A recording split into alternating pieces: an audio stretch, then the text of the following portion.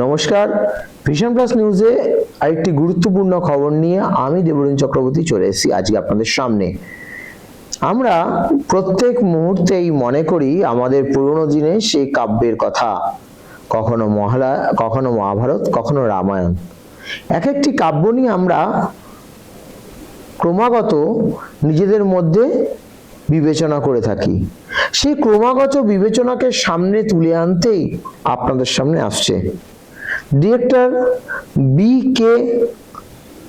অর্ণব সান্যালের নেতৃত্বে পরিচালনা এবং ওই অর্ণব সান্যালের অ্যাক্টিং এবং গল্প লেখকের মধ্য দিয়ে আমাদের সামনে আসছে নতুন ছায়াছবি।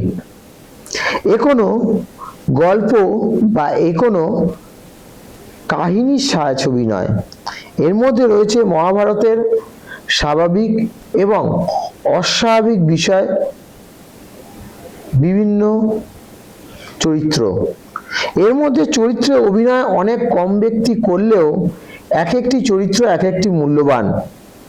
কাহিনী দেওয়ার তারই অংশ, মাত্র কিছু চরিত্র, কিছু কাব্য, কিছু গল্প এবং প্রাচীন কিছু কথা তুলে ধরেছে। 3000 অধ্যায়ের কাছাকাছি এ গল্প, খ্রিস্টপূর্বের 3000 অধ্যায়কে সামনে রেখে এ গল্প তৈরি হয়েছে। এ গল্পে অভিনয় করেছেন ইন্দুভূষণ দাস, শর্মিষ্ঠা মুখার্জি, রাহুল সেনগুপ্ত।